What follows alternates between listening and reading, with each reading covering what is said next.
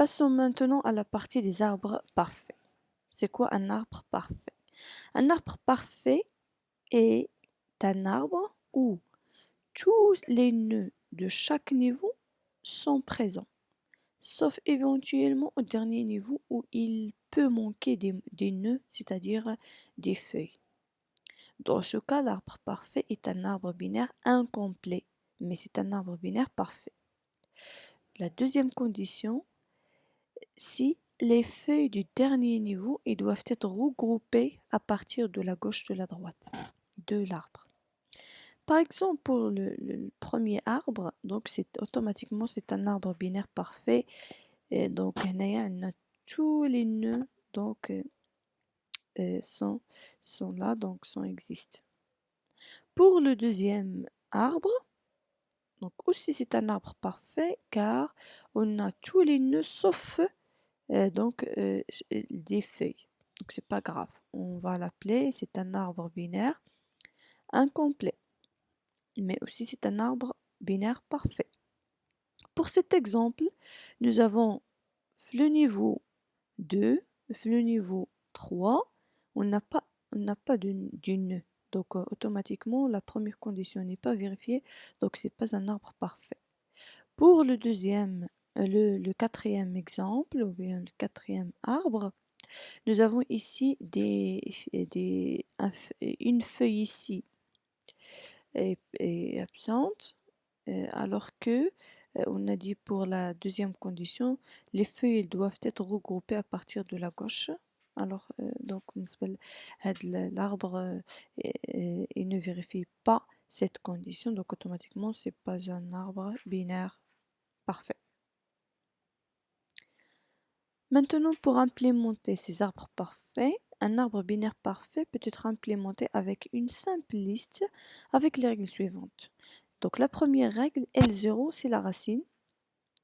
Et puis, donc, pour la règle 2, si ici le nœud, l'index de nœud II, alors automatiquement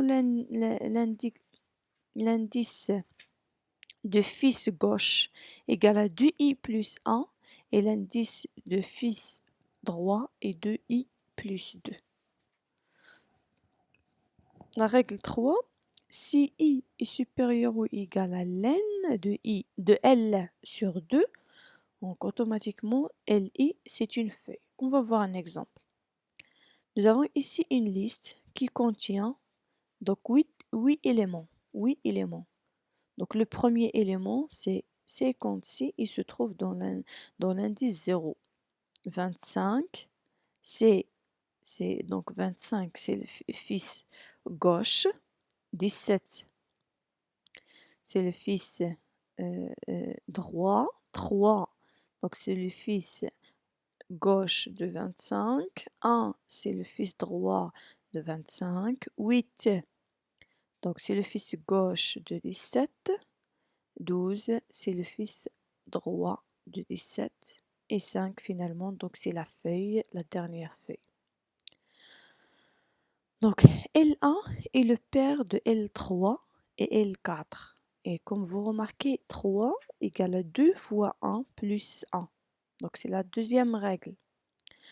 Donc L4, 4 égale à 2 fois 1 plus 2.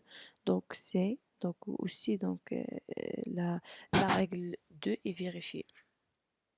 Et comme vous remarquez, L5 égale, donc c'est une feuille. Pourquoi? Car donc nous avons la troisième règle dit L, c'est quoi L sur 2? Donc la taille de la liste ici égale à 8. 8. Donc 8 sur 2, c'est 4. Donc à partir de 4, donc tout i supérieur ou égal à 4, donc Li est une feuille. Donc L4 a dit c'est une feuille. Et voilà, comme vous voyez, il n'a pas de fils, donc automatiquement c'est une feuille.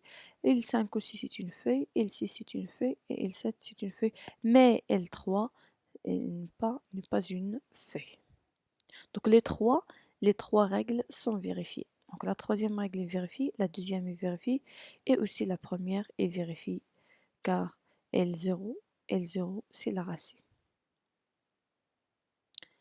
D'accord, donc on va terminer cette vidéo ici et dans la prochaine vidéo on va expliquer l'algorithme de tri partant.